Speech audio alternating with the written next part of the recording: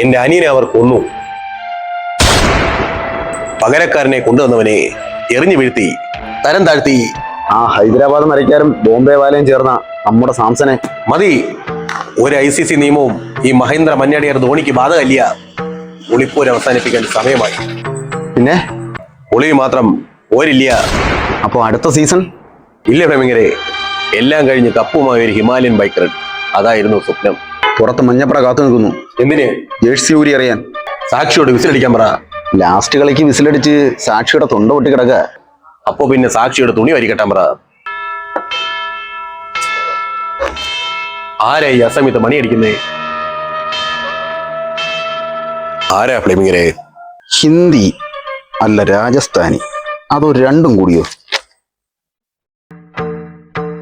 ആരാ സൂര്യവംശി? അയ്യോ തമ്പുരാനോ? സൂര്യവംശി എന്റെ മോനാ. വിളിക്കവനെ. നീയാണോ ഈ കത്തെഴുതിയത്? വായിക്കേ. പുത്രീ കനകതരായി ഹിംസേ ഹസ്തേ താളീപത്രം കാവാരേഖ കായ്ക്ക കായ്ക്കങ്ങ. അവന് 9ാം ക്ലാസ് പരീക്ഷയാണ് തമ്പുരാൻ.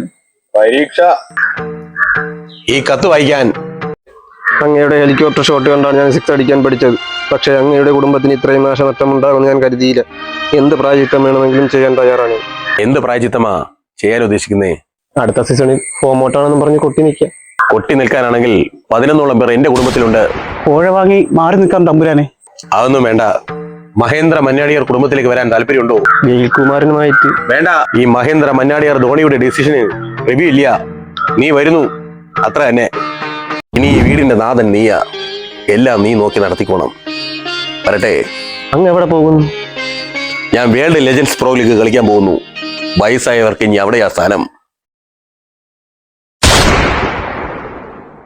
ഫ്ലെമിങ്ങരെ, ആരാ അവരൊക്കെ? കഴിഞ്ഞ IPL സീസണിലെ ഡക്കുണ്ണികളാ. റിട്ടയർമെന്റും വാങ്ങി ലെജൻസ് കളിക്കാൻ പോവുക. എന്റെ വാങ്ങടവർ തമ്മേ, ഇവിടെ എനിക്ക് രക്ഷയില്ലേ. കാല് വയ്യാത്തവനാണേ, സ്റ്റമ്പിന് പുറകെ കൂളായിരുന്നോളാമേ.